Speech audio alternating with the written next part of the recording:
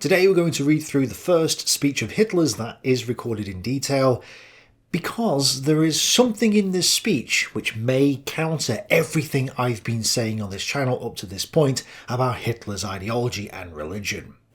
Have I been wrong all this time? Or is there some sort of explanation? Let's dive into it.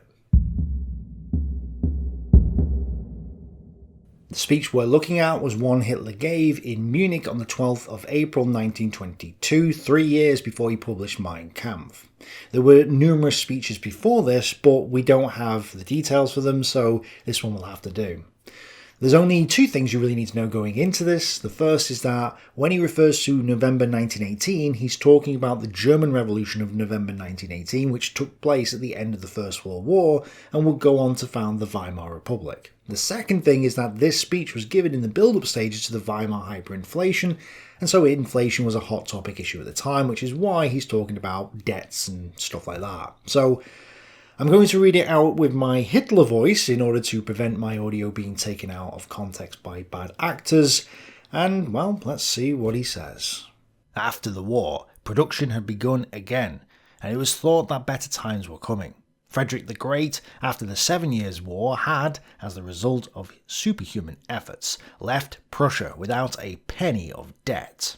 At the end of the World War, Germany was burdened with her own debt of some 7 or 8 milliards of marks, and beyond that was faced with the debts of the rest of the world, the so-called reparations. The product of Germany's work thus belonged not to the nation, but to her foreign creditors. It was carried endlessly in trains for territories beyond our frontiers. Every worker had to support another worker, the product of whose labour was commandeered by the foreigner. The German people, after 25 or 30 years, in consequence of the fact that it will never be able to pay all that is demanded of it, will have so gigantic a sum still owing that practically it will be forced to produce more than it does today. What will the end be? And the answer to that question is pledging of our land, enslavement of our labour strength. Therefore, in the economic sphere, November 1918 was in truth no achievement, but it was the beginning of our collapse. And in the political sphere, we lost first our military prerogatives, and with that loss went the real sovereignty of our state, and then our financial independence, for there remained always the Reparations Commission, so that practically we have no longer a politically independent German Reich, we are already a colony of the outside world. We have contributed to this because so far as possible we humiliated ourselves morally, we positively destroyed our own honour and helped to befoul, to besmirch, and to deny everything which we previously held as sacred. Now, Hitler probably does believe all this, as many did at the time, but we now know that this narrative was false. It's now well documented that the stab in the back idea was a myth, and the idea was that the German army was winning the First World War, but then got stabbed in the back by the home front, and they later then blamed the Jews. It became popular to think that the Germans were betrayed by their Jewish politicians and businessmen. In reality, the German army was defeated in 1918 and was falling back, but German propaganda didn't tell the people what was going on, and so when the mutiny occurred, followed by the revolution, they were taken completely off guard. And another fact is that the Treaty of Versailles did not cause an economic collapse or anything else like that. In fact, the Germans only made one full payment in 1921 and then barely paid a fraction of the remaining payments. Even when the Allies lowered their requirements, Germany reduced them further and then refused to pay. And this was before the hyperinflation. German propaganda, in collusion with proto-Nazis like John Maynard Keynes, did their best to convince the Allied public that the reparations were far too hard on the poor innocent Germans. So Keynes convinced the Allied politicians to scheme and pull a sleight of hand. They made the Versailles reparations appear larger than they really were to please the public, without them actually being large. So the reparations were simply not as punishing to Germany as is often made out. To reiterate, the total sum Germany was obliged to pay in reparations was effectively 50 billion gold marks. Yet, even this was only a nominal figure. Experts recognised that the bonds could not be marketed at nominal value at the interest rate of only 5%. Estimates of the 1921 present value ranged between 25 billion gold marks Canes and 35 billion Firth. But it is clear that the extent of the obligation Germany was to meet in 1921 was considerably less than 50 billion gold marks in value. After 1871, France, with a much smaller economy than Germany's 50 years later, paid nearly as much in 2 years, by French estimate, to liberate its territory as the Weimar Republic paid from 1919 to 1932. But I do think Hitler believed the lies, and because of that he was able to push the idea of Germany being a colony of the outside world. If it be objected that the revolution has won for us gains in social life, they must be extraordinary secret, these social gains, so secret that one never sees them in practical life. They must just run like a fluid through our German atmosphere. Someone may say, well, there is the 8-hour workday. And was a collapse necessary to gain that? And will the 8-hour day be rendered any more secure through our becoming practically the bailiff and the drudge of the other peoples? One of these days France will say, you cannot meet your obligations, you must work more. So this achievement of the revolution is put into question, first of all, by the revolution. Then someone has said, since the revolution the people have gained rights, the people govern. Strange. The people have now been ruling 3 years and no one has in practice once asked its opinion. Treaties were signed which will hold us down for centuries. And who has signed the treaties? The people? No, governments, which one fine day presented themselves as governments. And at their election the people had nothing to do save to consider the question. There they are already, whether I elect them or not. If we elect them, then they are there through our election. But since we are a self-governing people, we must elect the folk in order that they may be elected to govern us. Then it was said, freedom has come to us through the revolution.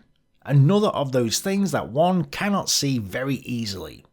It is, of course, true that one can walk down the street, the individual can go into his workshop, and he can go out again. Here and there he can go to a meeting.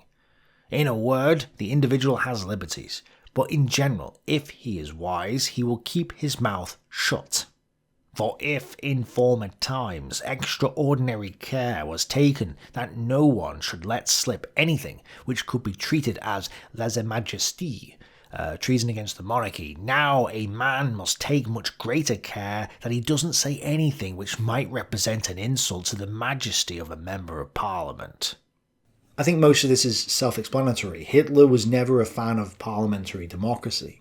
Here and elsewhere he said that the German Revolution of 1918 wasn't a true revolution. He said that democracy had been usurped by the parliamentarians. He said that the Marxists had falsified the term socialism, and that's why he was saying in his speech that they gave us the 8-hour workday, but they didn't give us all that they had promised us. It's not real socialism because it's not a real revolution, and that we have been betrayed. And if we ask who was responsible for our misfortune, then we must inquire who profited by our collapse, and the answer to that question is that banks and stock exchanges are more flourishing than ever before. And he was correct here at this point. When the First World War began in July 1914, the Reichsbank, the state central bank, had 1,356.8 million gold marks in its vaults. By the end of 1918, the Reichsbank had increased that amount to 2,626.2 million. So yes, as the German people were starving and being slaughtered on the front lines, the state's central bank actually made a sizable profit from the war. They doubled their money in 4 years. We were told that capitalism would be destroyed, and when we ventured to remind one or other of these famous statesmen and said, "Don't forget the Jews too have capital," then the answer was, "What are you worrying about? Capitalism as a whole will now be destroyed. The whole people will now be free. We are not fighting Jewish or Christian capitalism. We are fighting capitalism itself. We are making the people completely free." Well, Christian capitalism is already as good as destroyed. The international Jewish stock exchange capital gains in proportion as the other loses ground. It is only the international stock exchange and loan capital, the so-called superstate capital, which has profited from the collapse of our economic life. The capital which receives its character from the single superstate nation, which is itself national to the core, which fancies itself to be above all other nations, which places itself above other nations, and which already rules over them. The international stock exchange capital would be unthinkable. It would never have come without its founders, the supranational but intensely national Jews. I mean, that's a contradiction there, Mr. Hitler. These Jews are both national and international at the same time. So are you sure your narrative isn't full of holes? But he was talking about the international stock exchange capital, and says the same in Mein Kampf, referring to it as Jewish finance and the Jewish Marxist stock exchange and things like that. He's blaming the Jews for capitalism, because in his mind they are the reason capitalism is even a thing. And he is disappointed that the other so-called socialists didn't conduct a real revolution that destroyed both capitalism and the Jews. And the reason why is because he thinks the Marxists are the Jews. Kurt Eisner's death served only to hasten this development and finally led to the dictatorship of the councils, or to put it more correctly, to a Jewish hegemony, which turned out to be transitory but which was the original aim of those who had contrived the revolution. And so back to the speech. The Jew has not grown poorer, he gradually gets bloated, and if you don't believe me, I would ask you to go to one of our health resorts. There you will find two sorts of visitors. The German who goes there, perhaps for the first time for a long while, to breathe a little fresh air and to recover his health, and the Jew who goes there to lose his fat. And if you go out to our mountains, whom do you find there in fine, brand new yellow boots with splendid rucksacks? Oh no! In which there is generally nothing that would really be of any use. How would you know? Have you looked in them? And why are they there? To enjoy their holidays, obviously. They go to the hotel, usually no further than the train can take them. Where the train stops, they stop too. Yeah, that's usually what happens. When the train stops at their destination, people don't keep floating down the track. And then they sit about somewhere within a mile from the hotel, like blowflies around a corpse. They don't like hiking? How dare they? What on earth is he on about? Am I missing something here, like context or something? Why is he complaining about yellow boots?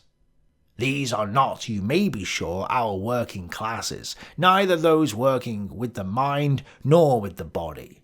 With their worn clothes, they leave the hotel on one side and go on climbing. They would not feel comfortable coming into this perfumed atmosphere in suits which date from 1913 or 1914. No, assuredly, the Jew has suffered no privations. I've no idea what he's dribbling on about, so if anyone does, please let me know. Now, he doesn't say it explicitly here, but he does elsewhere, in both Mein Kampf and his other speeches, that the Jews gain their money through exploitation. And that's why he's suggesting here that they don't work for a living, because they neither use their bodies or their mind to work. They, he says, are not the working class, they are the capitalist class, but also the Marxists. In Mein Kampf he says, the bourgeois world is Marxist, but believes in the possibility of a certain group of people, that is to say the bourgeoisie, being able to dominate the world, while Marxism itself systematically aims at delivering the world into the hands of the Jews. But back to the speech, he's about to mention Georgy Chicherin, who was the People's Commissar for Foreign Affairs in the Soviet Union. While now in Soviet Russia the millions are ruined and are dying, Chicherin, and with him a staff of over 200 Soviet Jews, travels by express train through Europe, visits the cabarets, watches naked dancers perform for his pleasure, lives in the finest hotels, and does himself better than the millions whom once you thought you must fight as bourgeois. The 400 Soviet commissars of Jewish nationality, they do not suffer. The thousands upon thousands of sub-commissars, they do not suffer. No, all the treasures which the proletarian in his madness took from the bourgeoisie in order to fight so-called capitalism, they have all gone into their hands.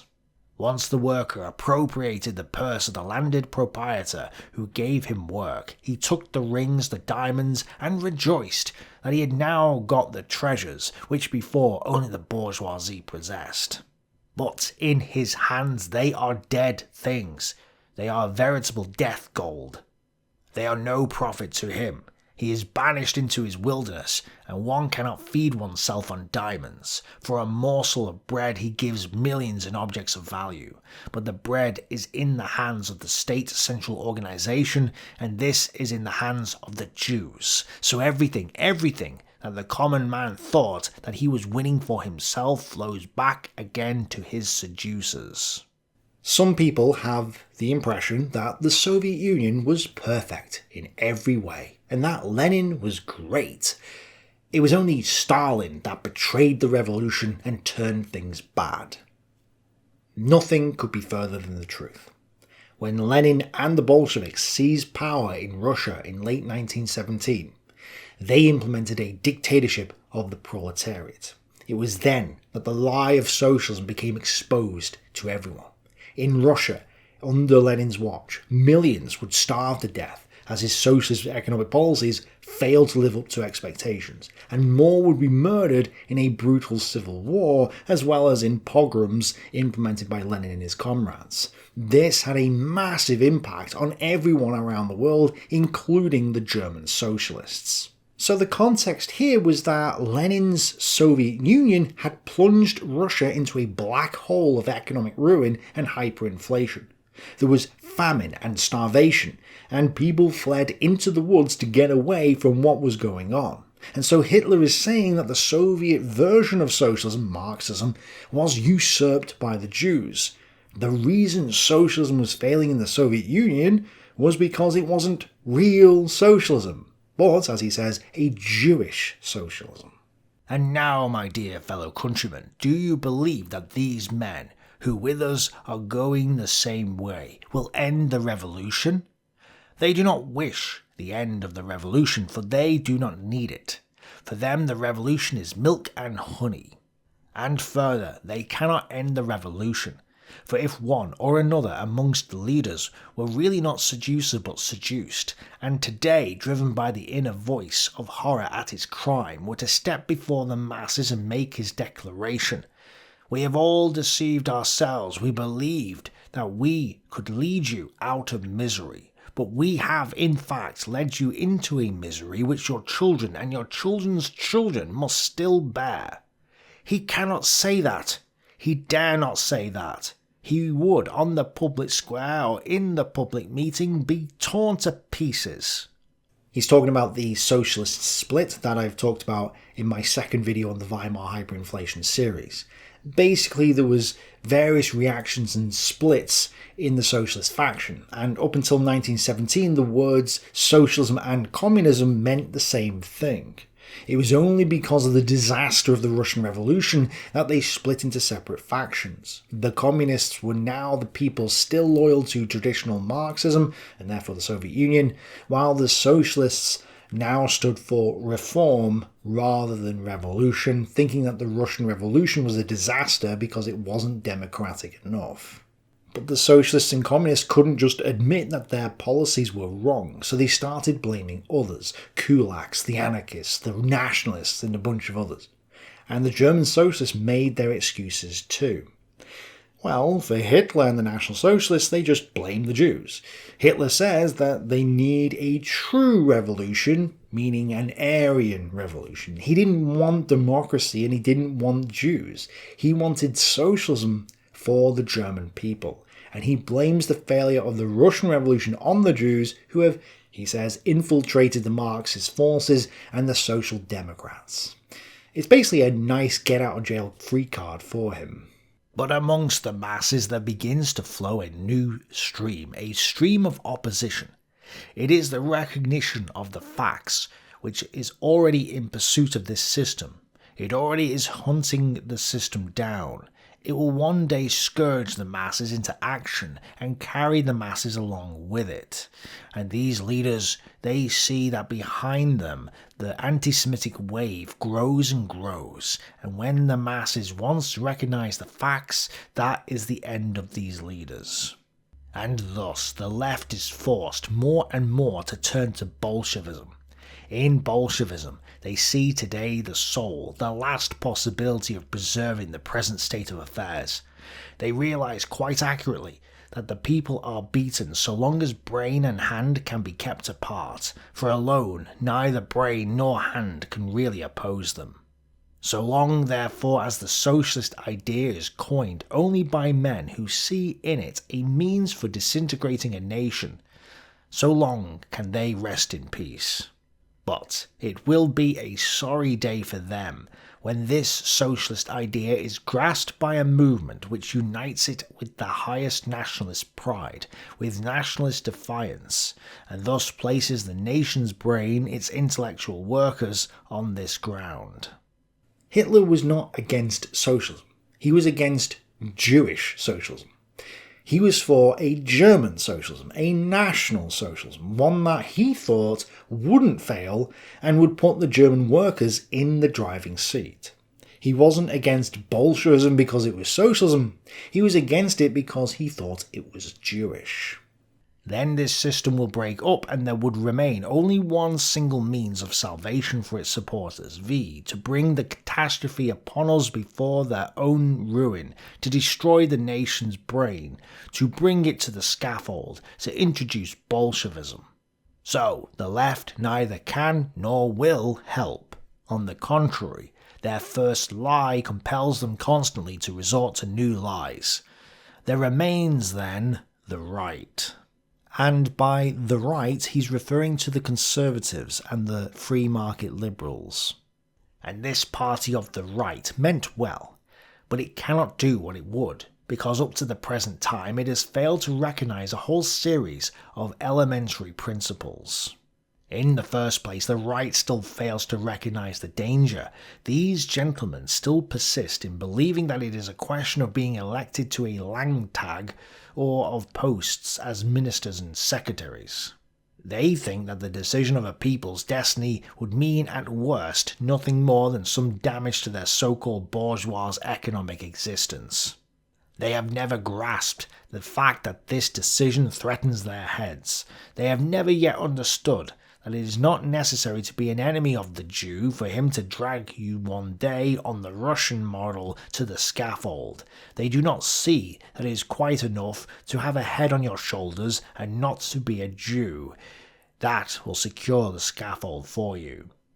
In consequence, their whole action today is so petty, so limited, so hesitating, and pusillanimous. What does that mean, Tick? It means cowardly. Why the translator chose pusillanimous instead of a normal word, I have no idea, but anyway. They would like to, but they could never decide on any great deed because they failed to realise the greatness of the whole period. In Mein Kampf, Hitler says, "The bourgeois parties will never again be able to win over and hold the proletariat masses in their train.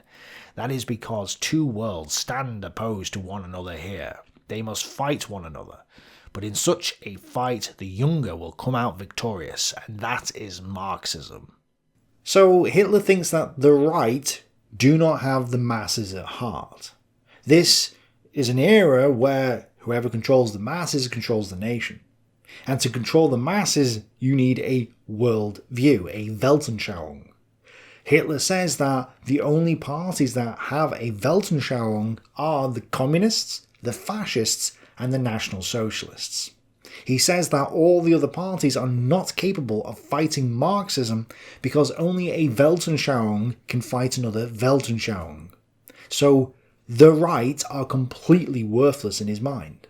Hitler drew the line strictly between parties and movements rooted in a Weltanschauung, among which, besides his own National Socialist movement, he actually only included the communists and the Italian fascists, and parties completely lacking in any such foundation. The bourgeoisie and the bourgeois parties, as Hitler frequently declared, had no idea, no truly programmatic objectives, no Weltanschauung. In his view, therefore, they were completely incapable of fighting against Marxism. So Hitler is not bourgeois. He's not right-wing. Hitler is complaining that the right are too weak, and he is against the right as much as he is against the left. And then there is another fundamental error. They have never got it clear in their own minds that there is a difference, or how great a difference there is, between the conception national and the word dynastic or monarchist. They do not understand that today it is more than ever necessary in our thoughts as National Socialists to avoid anything which might perhaps cause the individual to think that the national idea was identical with petty everyday political views. They ought day by day to din into the ears of the masses. We want to bury all the petty differences and to bring out into the light the big things, the things we have in common which bind us to one another. That should weld and fuse together those who have still a German heart and a love for their people in the fight against the common hereditary foe of all Aryans.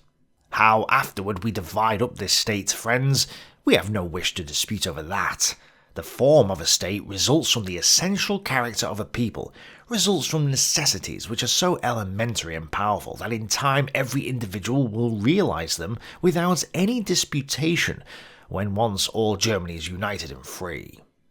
First off, he's relying on Aryan instinct, which just means emotion as opposed to reason, which we'll come back to discuss in a bit. Secondly, Hitler's criticism of bourgeois nationalism was that it was only for the economic interests of their class, the bourgeoisie. Hitler accuses the bourgeoisie as defining the word national as too narrow. He says it should be social. And finally, they all fail to understand that we must, on principle, free ourselves from any class standpoint. It is, of course, very easy to call out to those on the left, you must not be proletarians, leave your class madness, while you yourself continue to call yourself bourgeois. They should learn that in a single state, there is only one supreme citizen. Right, one supreme citizen, honour. And that is the right and the honour of honest work. They should further learn that the social idea must be the essential foundation of any state, otherwise no state can permanently endure. Hitler wasn't trying to bring in a class war. He associated class war with the Jews, capitalism and Marxism.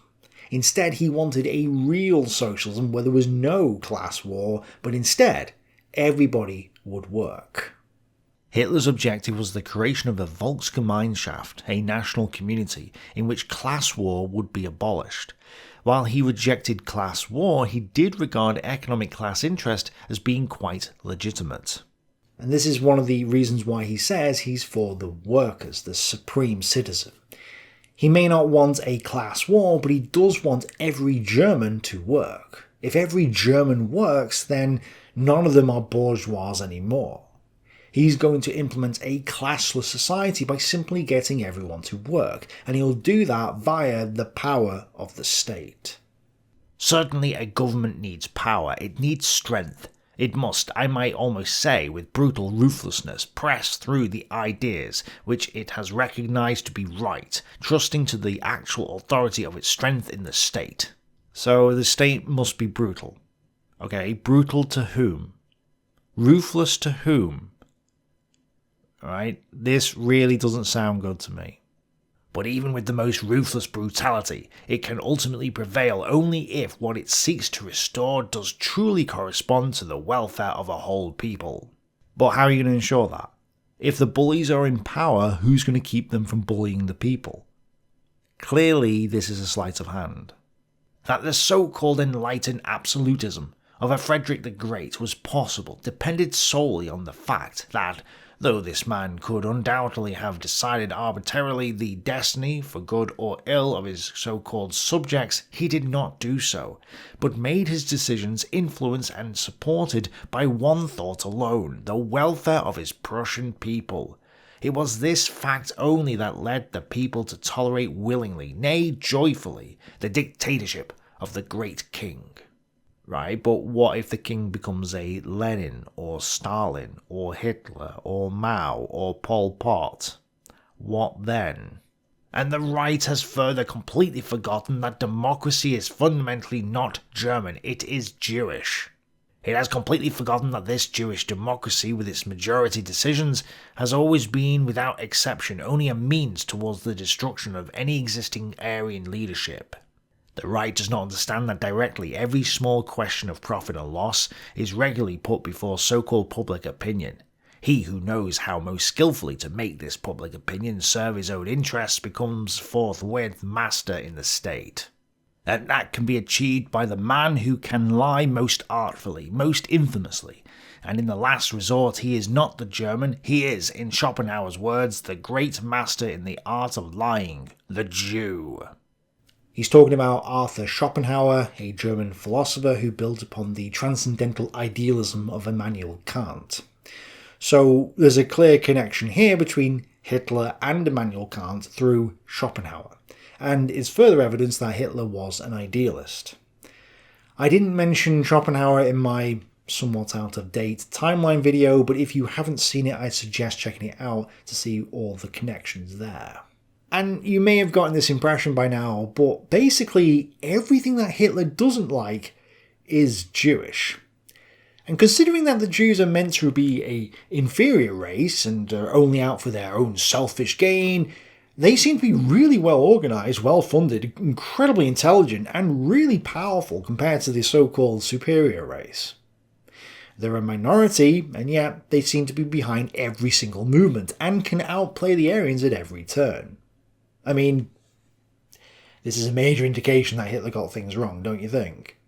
But before we read the next part, I need to explain that Hitler is neither far left nor far right, and he's also not in the middle.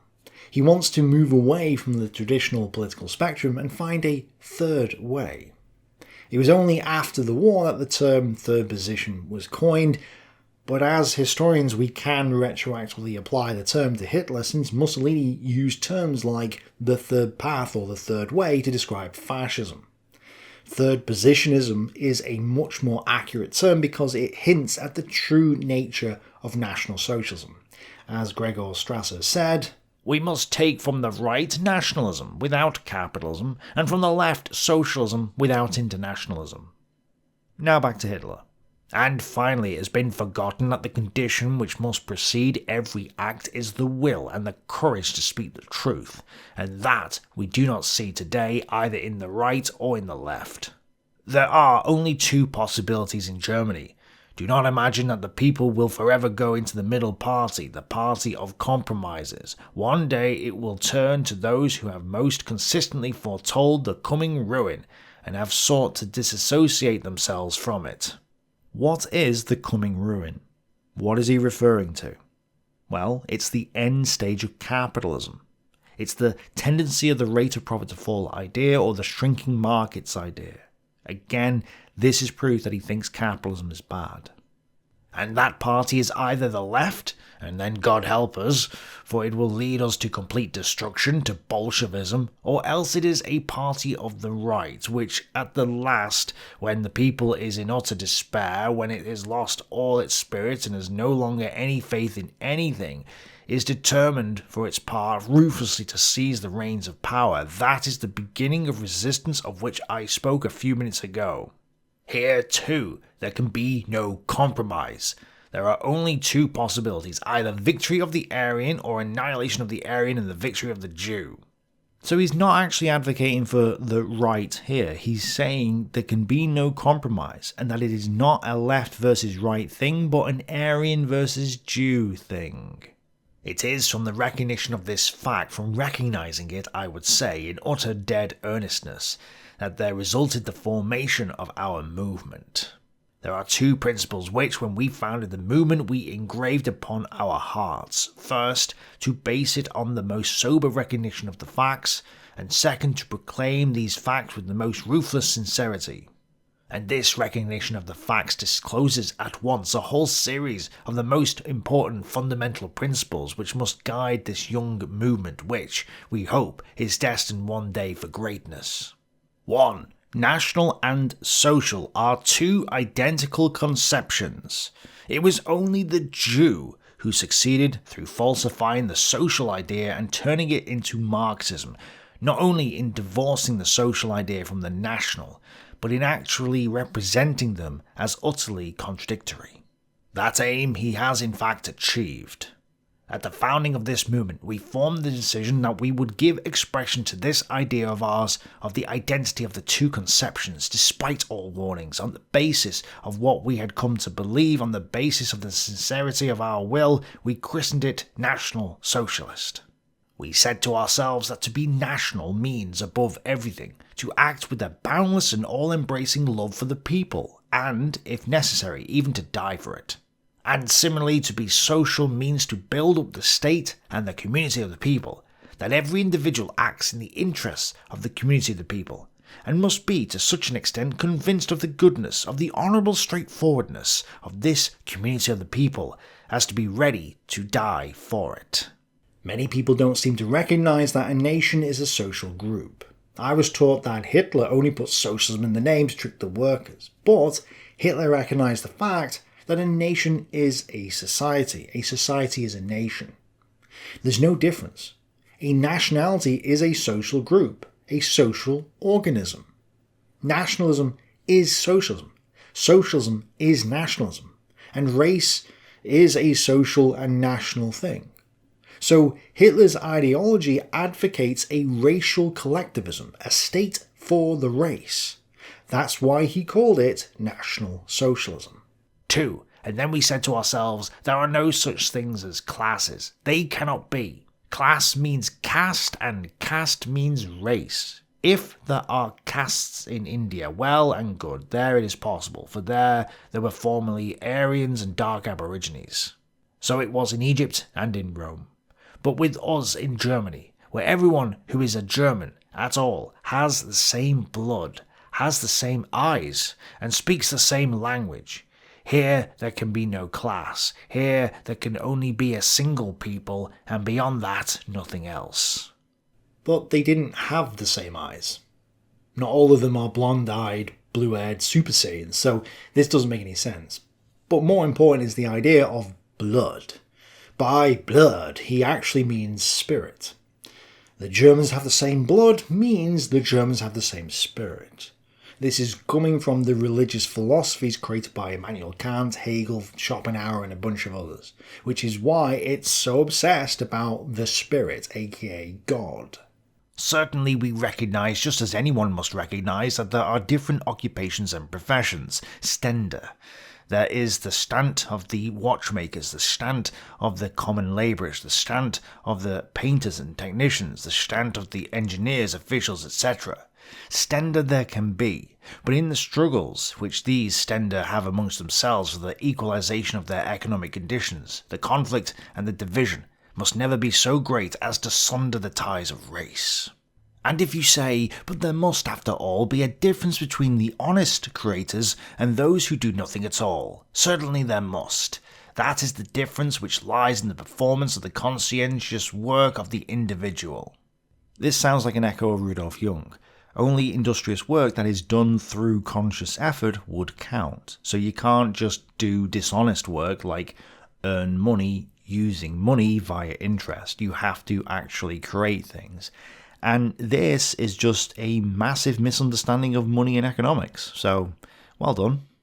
Work must be the great connecting link, but at the same time, the great factor which separates one man from another.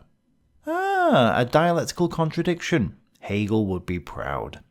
Work cannot both separate and connect people at the same time because these are opposite ideas. The light is either on or it's off. It can't be both.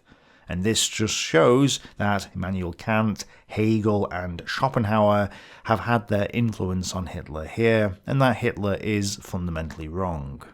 The drone is the foe of us all. But the creators, it matters not whether they are brain workers or workers with the hand, they are the nobility of our state. They are the German people. The workers are the German people. There you go. Hitler is for the workers, the German people. This is important because people say that Hitler wasn't for the workers, but he was. He was for the German race, meaning the workers. The workers are the German race. The German race are the workers. For Hitler, the two concepts are the same because he had this idea that the Aryans were the ones that worked and the Jews were the ones that didn't. So when people deny that Hitler was for the workers, they're denying that Hitler was for the Germans, and that obviously makes no sense. We understand under the term work exclusively that activity which not only profits the individual, but in no way harms the community, nay, rather which contributes to form the community. Hitler also says this in Mein Kampf as well, so he doesn't just want any work or work that purely benefits the individual, he wants work that contributes to society, which is an important socialist idea. 3. And in the third place, it was clear to us that this particular view is based on an impulse which springs from our race and from our blood.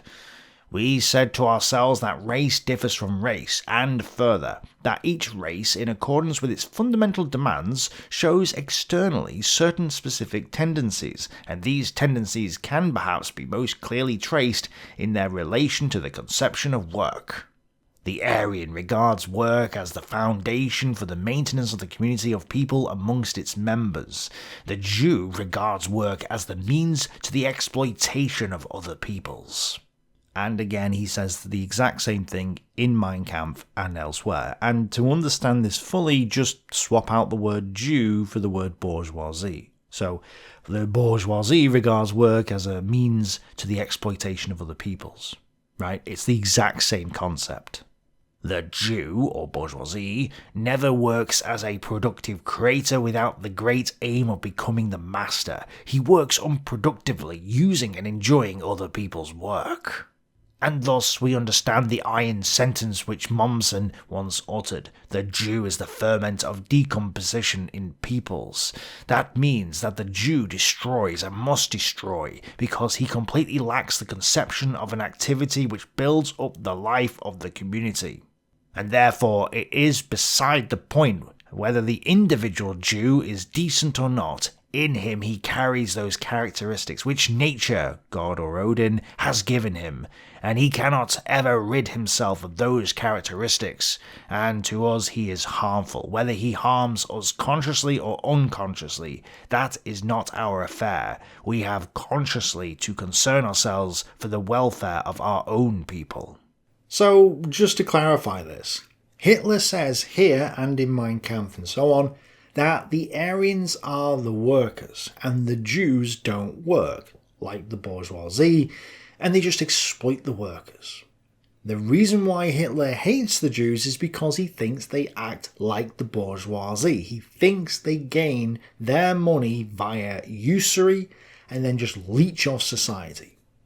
So, just like the Marxists, who want to rise up and get rid of the bourgeoisie to free the workers, Hitler wants to rise up and get rid of the Jews to free the Aryan workers.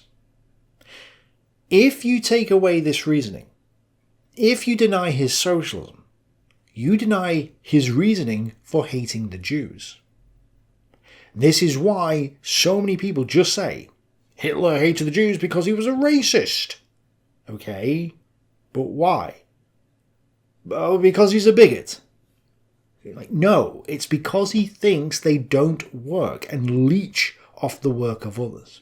He thinks they are the capitalists. That's why. 4. And fourthly, we were further persuaded that economic prosperity is inseparable from political freedom, and that therefore that house of lies, internationalism, must immediately collapse. We recognize that freedom can eternally be only a consequence of power, and that the source of power is the will. Consequently, the will to power must be strengthened in a people with passionate ardour. Oh, will to power, you say? I can already hear the screeches of the Nietzscheans in the comments below. It's not Nietzsche, it's not Nietzsche. Then what is it then? You tell me, because it sounds a lot like him. And thus we realise fifthly that, 5. We as National Socialists and members of the German Workers' Party, a party pledged to work, must be on principle the most fanatical nationalists. This is interesting. Notice what he's just done. He said they are National Socialists, pause, and members of the German Workers' Party. That's a separation of the two ideas.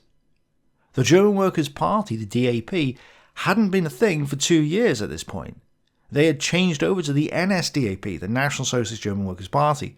So the fact that he still thinks the German Workers' Party is in existence and is separate to National Socialism is interesting. I don't know how to interpret it, but it's interesting. We realise that the state can be for our people a paradise only if the people can hold sway therein freely as in a paradise. We realise that a slave state will never be a paradise, but only always and for all time a hell or a colony. Hitler thinks the Germans are slaves and that they're going to fight for their freedom. But freedom from what? What are they getting free from? The current society, which is Jewish capitalism, apparently. And just like a Marxist, he's aiming for paradise, which he reached on the 30th of April 1945. 6. And then sixthly, we grasp the fact that power in the last resort is possible only where there is strength, and that strength lies not in the dead weight of numbers but solely in energy. Even the smallest minority can achieve a mighty result if it is inspired by the most fiery, the most passionate will to act. World history has always been made by minorities. And lastly, 7. If one has realised a truth, that truth is valueless so long as there is lacking an indomitable will to turn this realisation into action. You may have got the impression that he's gone a bit off the rails here, talking about energy and the will to act. Again, it sounds very similar to Nietzsche's will to power.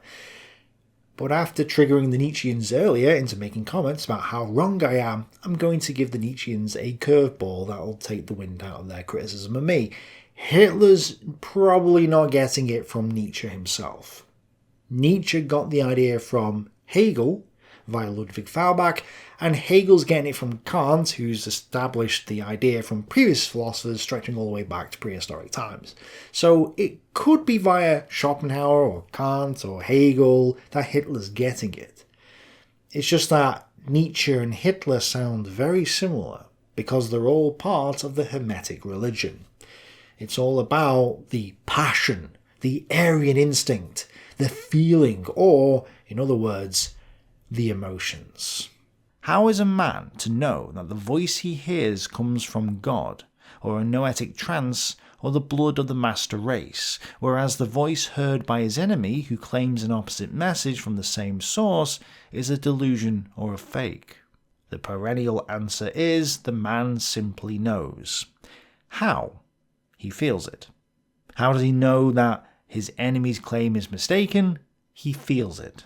How does he know that these feelings of his are reliable? He feels it. When a person declares that reason is not man's only means of knowledge, he ends up, admittedly or not, counting on emotion as his means of knowledge. Emotion is the only function left to guide human consciousness once one sets aside the mind's sensory and conceptual activities. And that's precisely what Hitler has done. National Socialism is based on emotions, which they call instincts. Leonard Peikoff's book, The Cause of Hitler's Germany, explains the danger of shutting off your mind in order to live on your instincts, emotions. You basically become an animal, which is what we saw in the 1930s and 40s. And I should point out that Peikov and the objectivists don't reject emotions, they just prioritise reason. Reason first, then emotions. Emotions should align with your reasoning, and if they don't, well, you believe in a contradiction. Anyway, let's go back to the Aryan Superman. These were the foundations of our movement, the truths on which it was based and which demonstrated its necessity. For 3 years we have sought to realise these fundamental ideas, and of course a fight is and remains a fight. Stroking in very truth will not carry one far. Today the German people has been beaten by a quite other world, while in its domestic life it has lost all spirit. No longer has it any faith. But how will you give this people once more firm ground beneath its feet, save by the passionate insistence on one definite, great, clear goal? Oh, what's that? This is a religion? You bet your Hegel it is. Thus we were the first to declare that this peace treaty was a crime. Then folk abused us as agitators. We were the first to protest against the failure to prevent this treaty to the people before it was signed. Again we were called agitators. We were the first to summon men to resistance against being reduced to a continuing state of defencelessness. Once more we were agitators. It looks like the word agitators fell out of favour, replaced by the word extremist or fascist. But it's funny how the same old tired tactic was there back then. At that time we called on the masses of the people not to surrender their arms, for the surrender of one's arms would be nothing less than the beginning of enslavement. He's not actually wrong on that one. We were cried down as agitators. We were the first to say that this meant the loss of Upper Silesia, so it was, and still they called us agitators. We declared at that time that compliance in the question of Upper Silesia must have as its consequence the awakening of a passionate greed which would demand the occupation of the Ruhr. We were cried down ceaselessly again and again. And because we opposed the mad financial policy which today will lead to our collapse, what was it that we were called repeatedly once more? Agitators. And today? Again, it won't lead to their collapse, and Upper Silesia was a small portion of former Prussian territory which was divided up and given to Poland and Czechoslovakia. Most of the people there weren't German. And finally, we were also the first to point the people on any large scale to a danger which insinuated itself into our midst, a danger which millions fail to realise and which will nonetheless lead us all into ruin, the Jewish danger. And today, people are saying yet again that we were agitators. I would like here to appeal to a greater than I, Count Lerchenfeld. Lerchenfeld was a conservative politician who was the Prime Minister of Bavaria at the time Hitler was making this speech. He has, perhaps, one of the longest German names ever. And no, I'm not going to attempt to pronounce it. But what I will say is that we're about to hear Hitler talk about the thing that I said at the very beginning, the thing that might throw a wrench into the narrative that I've been building on this channel. So let's see what he has to say. He, Count Lerchenfeld, said in the last session of the Landtag that his feeling as a man and a Christian prevented him from being an anti-Semite. I say my feeling as a Christian points me to my Lord and Saviour as a fighter. It points me to the man who once in loneliness, surrounded only by a few followers, recognised these Jews for what they were and summoned men to the fight against them, and who, God's truth, was greatest not as sufferer but as fighter. In boundless love as a Christian and as a man, I read through the passage which tells us how the Lord at last rose in his might and seized the scourge to drive out of the temple the brood of vipers and of adders. How terrific was his fight for the world against the Jewish poison. Today, after 2,000 years, with deepest emotion, I recognise more profoundly than ever before the fact that it was for this that he had to shed his blood upon the cross. As a Christian, I have no duty to allow myself to be cheated, but I have the duty to be a fighter for truth and justice. And as a man, I have the duty to see to it that human society does not suffer the same catastrophic collapse as did the civilization of the ancient world some 2,000 years ago, a civilization which was driven to its ruin through this same Jewish people. So yes, I've said that Hitler wasn't a Christian. I've said he believes in Odin, the Germanic Allfather, as explained in my video on that subject. And yet, here he is, strongly declaring himself to be a Christian. So, what's going on here? Am I wrong? Well, it turns out that this is the only speech where he declares himself to be a Christian. In some of the later ones after he gets into power, it's clear that he's against Christianity, or at least not for it. Hitler invokes the Lord and the Almighty Creator once in Mein Kampf, but never outright states which religion this Lord of his belongs to. And we have evidence later on of him being anti-Christian. In fact, right at the end of this speech there is a hint that he gives that he's not a Christian. Usually Christians can't help but talk about their Christianity, or show it. And as far as I'm aware, Hitler never wore a Christian cross, never attended church, never said he loved Jesus, and the only time he ever talked about him was to say that he was probably an Aryan, not a Jew. And as talked about in the other video, we know that the swastika is Odin's symbol. Rudolf Jung, an early Nazi, confirms that Odin is their god. The runes are Nordic runes that Odin found. We've already heard about the dialectic and the influence of non-Christians on the movement, such as Arthur Schopenhauer, who not only wasn't a Christian, but was the first Western philosopher to declare himself an atheist. So this speech goes against all the other evidence we have, and really is a special case. It's a one-off, an exception to the rule, and there's also a clue within it later on, as we'll see, that he's not telling the truth. So what's the explanation here?